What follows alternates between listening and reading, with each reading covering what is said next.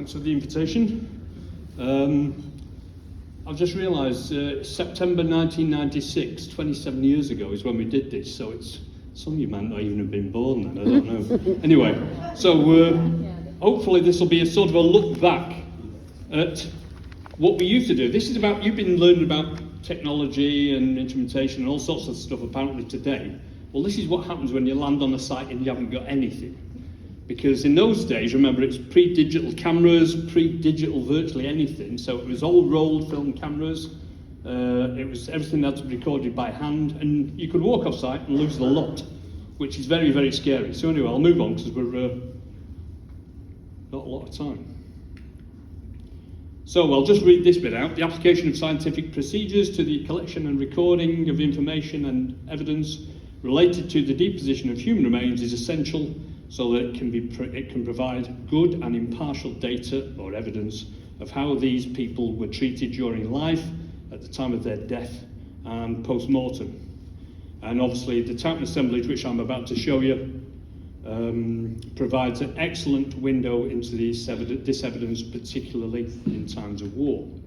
So what can the human remains tell us? Well, we've got the graves containing single individuals. We've got graves containing several individuals. We've got mass graves, they are different. Disarticulated and unburied, that means they're left at the scene of the conflict. Disarticulated after reburial, as you see in some forensic cases where the grave has been moved. Tombs and structures of known and unknown individuals. Artifacts associated with above, and we'll go through one or two. Ethical issues, obviously, with human remains. I don't have to tell you guys all about this. So therefore, Towton provides us with evidence of all the above. So it's a really good all-round example of this type of work. So as a background, where is Towton, you might ask, because we're all down in the south of England, nobody knows. And when I arrived on site 27 years ago, I didn't know where it was either, so you're not alone. The battle was fought on the 29th of March in 1461 in the north of England. It's part of the Wars of the Roses, and it was fought between the then King Henry VI of the House of Lancaster and the up-and-coming King, who was later to be King Edward IV from the House of York. And so this is where Towton is. This is York, city of York. There's Tadcaster, 10 miles outside of York, and Towton is just below Tadcaster. And we know where the battle took place because over the last 27 years or so, we've been collecting significant evidence of medieval conflicts, and these are the locations of 15th century artifacts, almost certainly dropped during the battle. And we know roughly where the Lancastrian forces were and the Yorkist forces, so those are approximations based on all the evidence, historical and archaeological. And then after the battle there was a route which went north back towards Tadcaster and York, and it went through the village of Towton. And that might explain why we got what we have got. We've at least two known areas of graves, single graves and mass graves. One's in the village of Towton itself up here, but also in the centre of the battlefield, which I'll go into later down there. So in 1996 in July, we missed this because we hadn't got involved then. Some builders were working on a garage extension there. They knocked the garage extension down, which is the blue, and they dug foundations, which are the red, and they came across a mass grave in that location here. We arrived in September 1996, and this is where we became involved, a group of osteologists and archaeologists, and we knew, by the builders had told us, that there were some extensive remains down there. We didn't know how big they were, how much they were, but basically they looked like that after we'd uncovered them. And so what I want to do to talk today about is how to record, and this is pre-digital, remember, so all this can disappear when your roll of film doesn't become developed properly, or somebody's forgotten to record something in the right manner, or all your digital data, which used to be the case horrifically, crashed at the end of the day and disappeared, never to be seen again. So this is why I'm doing this. So it's an example of detailed recording techniques so that questions posed at a later date might be answered, and I'll show you why that's relevant in a second. And here we all are. from a slightly elevated position of some scaffolding. And the first thing we did is uncover the grave, obviously. So here we are, as many people as possible. We had 5 days to excavate this mass grave, which wasn't enough, we knew that. But the first thing we did, and there's me, is start to record everything digitally, manually, everything you possibly could do in order to record what you've got. And digitally was virtually zero, but I'll show you in a second why. So the first thing, make extensive notes. So here's one of my drawings at the time. So here's roughly the layout of the grave and its position, and roughly where each skeleton was in that grave. So we took extensive notes. Then we took a near vertical photograph, so we climbed up the scaffolding, cleared everybody off the grave, and took a photograph. Then everybody jumped back into the grave and started excavating again. And then eventually, once we've taken all the soil away, it looks something like this. And then, one by one, you clear the grave, you record one individual, and then you remove that individual, and then you start on the next one underneath it. And then, each time you came to record an individual, you get a total station, which is this. Now, this was so unreliable at the time, we actually drew and wrote down all the data as well, but it did have some sort of recording device with it. But the number of times I did this in the field and lost all the data, so I thought, there's no way I'm doing this. This is a once-in-a-lifetime thing to do. So you take a total station, you fire the infrared beam at that prism there, and then you record the data of 16 key points. So you've got one on the head, shoulders, knees, toes, etc. Those are the key points, and that's all the data. So that is the manual data I recorded on that day for every single skeleton, which gives you a sort of a stick man with 16 key points in the ground, which is great. But of course, if that's all you've got, then that doesn't mean anything. So you've got to relate it back to the skeleton. Remember, somebody is digging this skeleton up at the time. So what you do then is you get a photograph of each skeleton with a scale bar next to it, and you try to take as near vertical photograph as possible, because you've got to rectify that photograph later and then superimpose it back onto your data. So there's a digitized, well, it wasn't actually digitized, it was traced in those days because it didn't have digitization. So this is traced manually with tracing paper off a photograph. So we did that for each individual. Then you take your digital data and, more importantly, the location it's in within its environment. So there's the grave cut, there's the 16 points. So now you've got stick man in the location of the grave.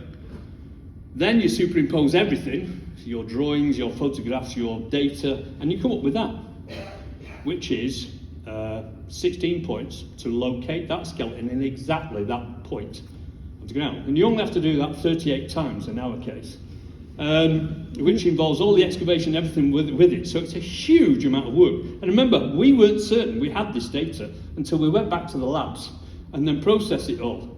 And there was always a chance that a lot of this disappeared, never to be seen again.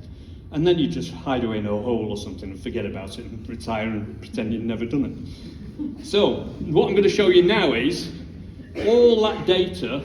Ignore all this side, this is just the data. I've put it there so it shows you going through it. I'm going to go through it one by one, but it's going to be a sequential, quickly, but it's going to show you each skeleton in its position in the grave cut. So off we go.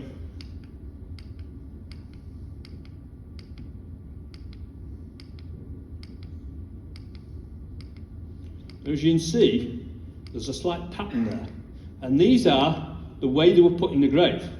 So what we're doing is slowly working our way to the top of the grave.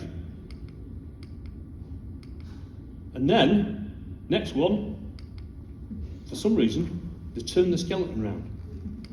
And then they're all turned round. Except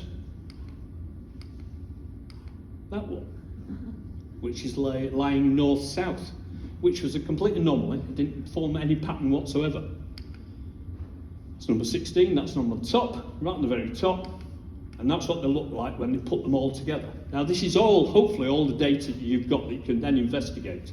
So that's what it looks like once you put everything back in. Now you can start to interpret the data and ask questions about it.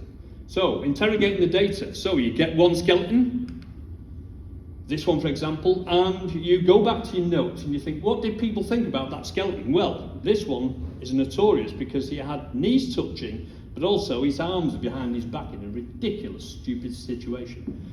We knew where it was, and we knew all other things. So we wanted to know more about certain elements within this the mass grave. And there he is in his location. They're all male, by the way.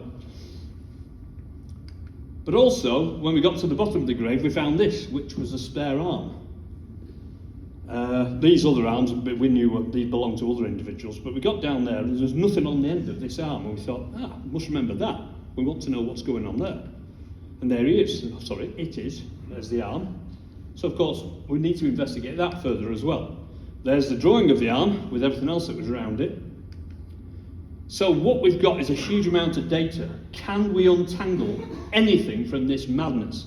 And people, when we first done this, and we started interrogating it, people said, it's just a mass of bones, you'll never find anything out about that grave. Ha ha, fools. It is nice when you prove people wrong anyway. So, what happens? You go through all the data, and hey presto, the spare arm looks remarkably in place next to this chap and his arm. But he's got 3 arms now. Now, I've not met many people with 3 arms, so there's something going on there. So what you need to do then is you go, oh, fair enough, is that his arm? So you check it osteologically, and that is his arm. So whose is this here then?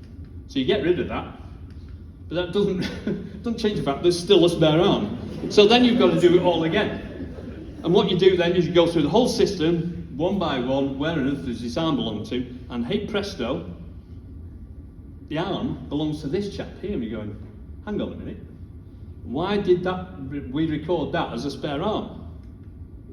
Because that's what we thought it looked like. Now this is now on videos, it's on papers, and people will tell you over and over again, I've done the thing, I know what it's about. There is nothing connected with anybody having the hands behind the back, tied behind the back. This is an anomaly that we sorted out just after the excavation, but I still see people quoting this from TV programs and everything. So, just to reiterate it, you've heard it here. So then, of course, you publish all the data, and then you write a book, and then we did a TV program a long time ago. And then somebody, this was in 2000, we finally published a book, and then somebody in 2008 publishes this. And it's a procedure of exactly what we did in 2000. So people are publishing stuff saying, oh look, we've just developed this new procedure, and you're going, excuse me, can I talk to your editor? So these things happen, and you've just got to stand back and go, these things happen. So there are different ways of looking at the same situation. But this is an up-to-date version from 2014 of when we reanalyzed a lot of the osteology and subsequent stuff we found later. And it's in this book, which is a German book on mass graves, but it's in English. So what sort of information can we record in the laboratory once you've got all that data? Well, obviously, presume you know, if you look at the skeleton, you can find the sex, the age, the stature, measurements, various measurements, dental pathology, trauma, obviously is what we were interested in because it's a battlefield, and skeletal pathology. And then if you put all the, for example, all the skull trauma together, you get this, which is a collection, remember it's a collection, of blunt force trauma on the left, projectile trauma in the middle, and sharp edge trauma, swords, knives, etc. on the right hand side. And then postcranially, skull down, you also get this, which is all the postcranial trauma, including lots of defensive wounds on the hands, people who don't attack me with that sword, etc. So now we can look at some of the details of the wounds themselves. So you get the evidence of the blade wounds. A lot of them are sword wounds, so you get slashing wounds in various parts of the skull. This chap had 14 individual sword wounds on his skull. So some died with 1 wound, some, like that chap, 14. And then you get individual wounds, like this chap here, who'd obviously had a sword into his mouth, put a little nick on the back of his jaw, and chopped all the front of his mouth off. All his teeth had gone, except they were still there. So it was a flesh wound, went through all his teeth, and when we found all those teeth, they were still in place, even though they'd all been chopped through by a sword. So we know he hadn't moved very far since he died. And then you've got, like I said on the last one, you've got little nicks, and very little else. We discuss this further, or nicks in the back of the mandible. And there's another one. So several of these, quite common.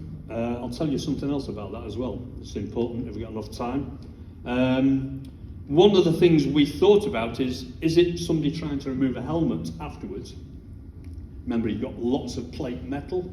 You've got to get a knife in, try and get his helmet off. Is that what happens? You put a knife in, do that, and does it cut that part of the jaw all the time? We don't know.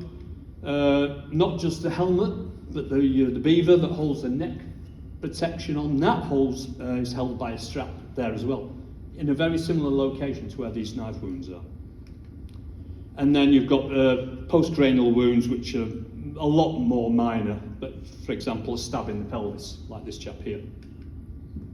And then quite often you can see the shape of the instrument that made the wound. I'll show you more of these in a second. Like for example, this is a single blade to the head, so it's some sort of knife, halberd or sword. And then very interestingly, if you examine mass creation around the world, you see a lot of these wounds are incredibly similar. This one, for example, is what happens when you hit somebody with a bladed weapon and then it comes out sideways rather than out the way it came in. And it chips off a piece of the... So we know exactly what happened to those wounds. It went boom, out rather than in and out. So you can tell quite a lot from examining the wound itself. And of course, this is horribly familiar in a modern time from Rwanda, where they're using bladed weapons such as these, producing exactly the same wounds, and sometimes they're not even fatal, and people survive this. So it's something else to bear in mind, because at Towton we've got evidence of survived quite deep wounds. This one is remodelled on the edges, so you can see that it's actually the person survived for quite a long time before he went into battle and got killed another time. So this is at least a few years before that. He was caught in another battle or another fight. And then this is the famous one of number 16, and you can see here, he's got a very well-healed wound. And this is the medieval period, remember. There's no antibiotics. So people are surviving, the front of his jaw had been smashed open. So somebody basically wound his head up with something like bandages and then managed to feed him long enough for his jaw to completely heal. And he didn't get an infection. How on earth they did that, I have no idea. And nobody else does either. And of course, this one, famously from the Blood Red Roses programme, etc., was remodelled by Leonardo TV, and we think that's what he looked like. And here's Caroline Wilkinson, who now does quite a lot of these famous reconstructions. That's one of Caroline's first attempts. We've got other evidence of blunt force trauma, so that's basically something like a hammer. You might see these in sort of forensic cases, basically a round implement, pop, hole in skull. But you get square ones as well in the medieval period. Big square hammer. And again, reproduces the shape of the implement incredibly well. And then you've got piercing wounds from knives, daggers, halberds, poleaxes, and also arrowheads. As we've seen before, like at Rwanda, people survive these quite well, which is remarkable what the human body can survive. At Towton we've got this really weird example where there's lots of slash wounds exactly where that is. So one of the interpretations is somebody was after the ear. We talked to some people in the modern forces, and they quite often, we've heard it numerous times, some crazy people out there take ears as trophies.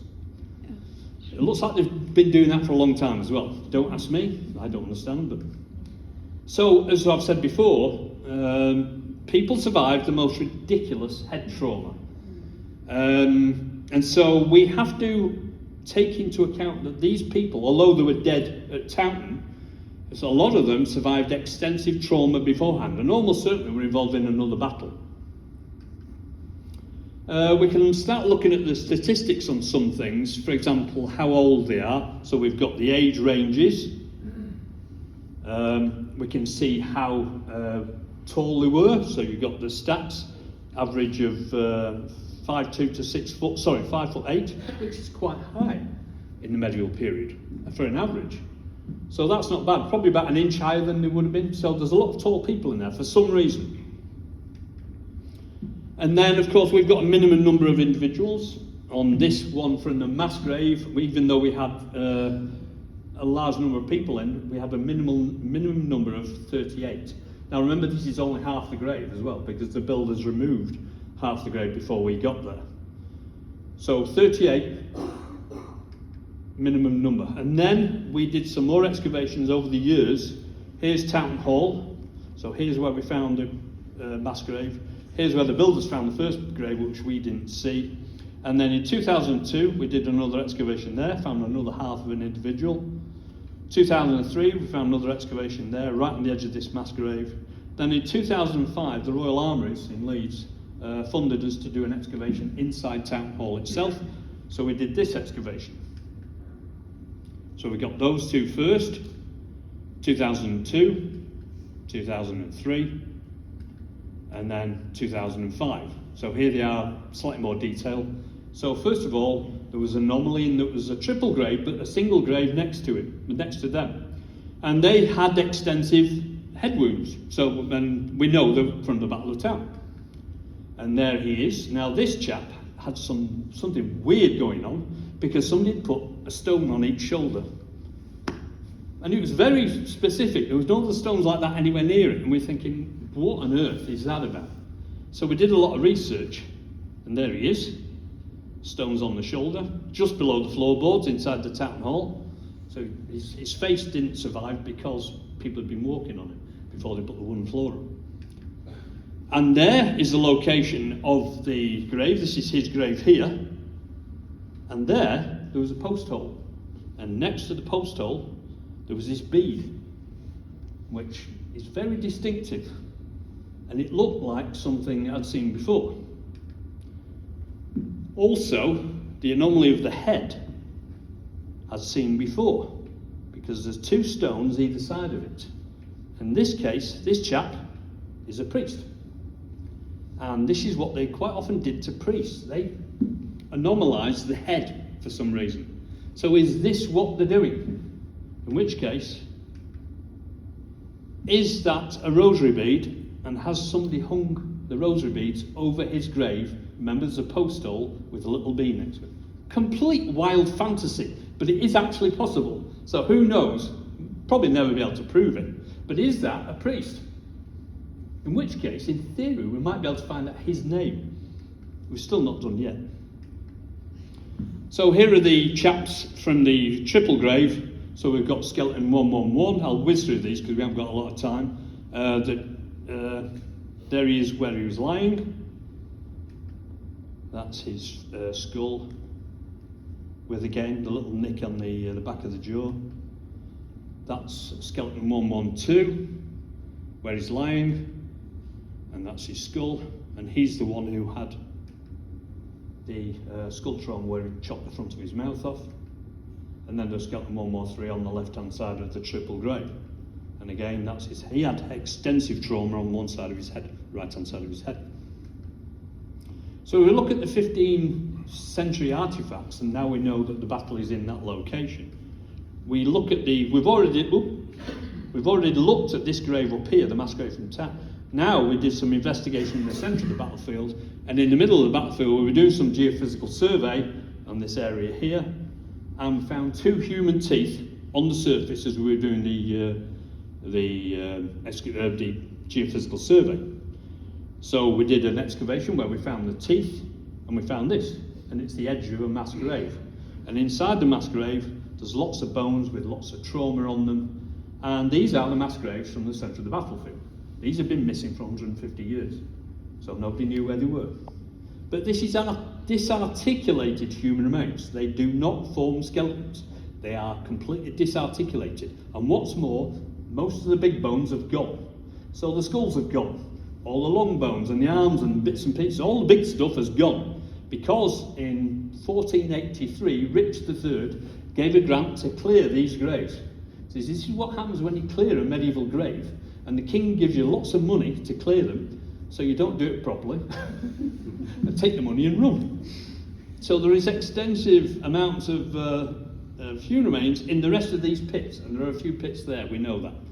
So these are the other graves from the centre of the battlefield, and there's the plan of the grave on the top, and there's a section of the grave, and that's just a square metre, and there was over 300 bones just in that square metre. So we know the graves, which cover tens of square metres, contain thousands, tens of thousands of bones, which is another anomaly in all in itself, and dealing with that would be a nightmare. And then this is the only large long bones we found was a radius and ulna, so somebody's arm there, and the smallest bits we found was a front of a human tooth. That's the smallest bit there. And all this was published in one of the reports from the battlefield report, so all this osteological information is out there on, to be looked at and investigated. But again, in that test pit, for a square metre, there was 300 bones, and there was a minimum number of individuals of 9. Now, considering there's supposed to be 28,000 people at the battle, killed at the battle, it makes you wonder how many pits are out there and how much of the human remains still remain, and how true is the 28,000 number. So that's another anomaly. So one thing we should look at, and that is, realise, is that recovering human remains from historic battlefields allows a more accurate assessment of the individuals who fought and died there. We are looking at the people themselves, not the history about the people and how they fought and how they died. These are the people, what remains of them. So as a summary, some of the best evidence of historic conflict is directly related to human remains and their retrieval. A possible date of the conflict. We know this battle was fought on the 29th of March 1461. We radiocarbon dated the bones and they fit nicely into that time frame. When, where, when, if and how the dead were buried. So now we've got single graves, we've got multiple graves, the triple grave under the floor, we've got the mass grave next to them, and we've got disarticulated graves in the middle of the battlefield. So we've got a bit of everything. We've also got tombs in local churchyards and various places all around the whole area. So there's a mine of information. All you've got to do is process it and put it all back together. The type of weapons in use at the time of the conflict. So we've all heard or watched films about knights in shining armour and what they do and what the swords and weapons do. But this is the actual evidence of what they do. And you can see, I don't need to tell you guys, the actual evidence is crucial because then you know. And this is pretty brutal stuff. It's not nice. Well, of course, it's a medieval battlefield. Of course, it's not going to be nice. But at least we've got the evidence to investigate some theories. We can tell the age, sex, height information from the combatants. The youngest we've had is in the region of about 14, 16, so young men. And then we had some guys who were probably as old as me, or over 50. And that's as far as we can go osteologically, because you can't tell once you're over 45 plus. But there's some elderly individuals. So some people knew what they were doing, and they went and did it again, because they'd obviously done it before. Exhumation information. So obviously, as one of the mass graves in the centre of the battlefields has shown, they did pick them up, dig them up, and put them somewhere else.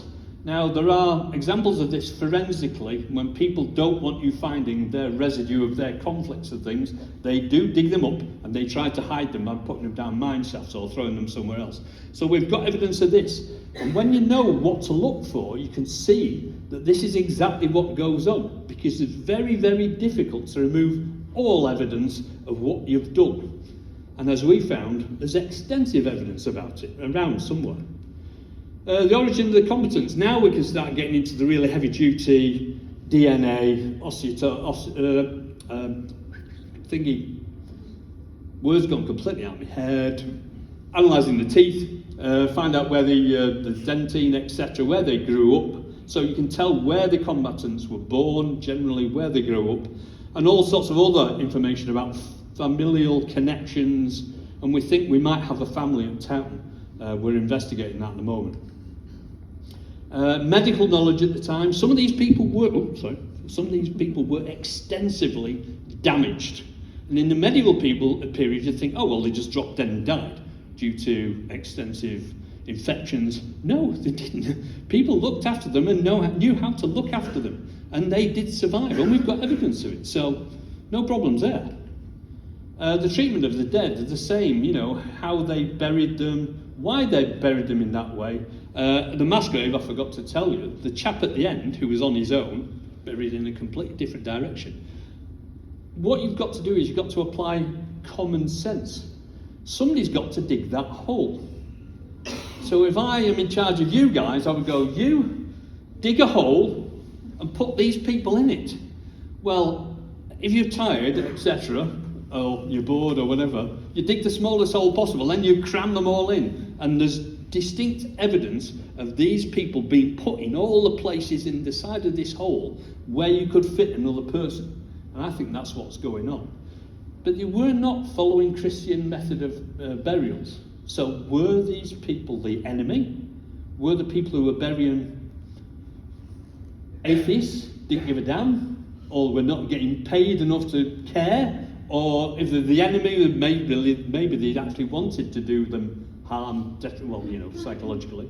So it's something else to look at, the way that people treated the dead and why they did it. And sometimes just because they're either tired or they're lazy. Assisting interpretations of what might have taken place. What might have took place even. And basically when you get all the evidence and you base your interpretation on the evidence, then you might get somewhere. And that becomes incredibly important, especially in times of war, because that's where all the history gets a bit blurred. He said, she said, they said, whatever. So recording the evidence using the best methods increases the possibility of arriving at an accurate interpretation. That's all we're after. It's the best interpretation possible of what might have taken place. So we ask the main question now. How useful is this investigation of medieval human remains from the Battle of Towton? Does anybody ever want to look at this again and go, ooh, that's good, and that's entertaining? Or is it actually useful? Well, let me tell you.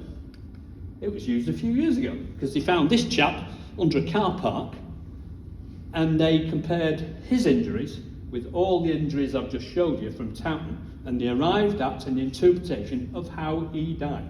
That is how a medieval king died on a battlefield in 1485. And they only did that by comparing it with our osteological data. So is it useful? I would consider it is. I'm sure the people in Leicester think so as well. So hopefully, if that's not too far off, I think my clock's stopped. No, it hasn't. So I'll leave it there, and hopefully it's given you something to think about. But if there's any questions, then please feel free. Thank you to all my sponsors, etc. Thank you.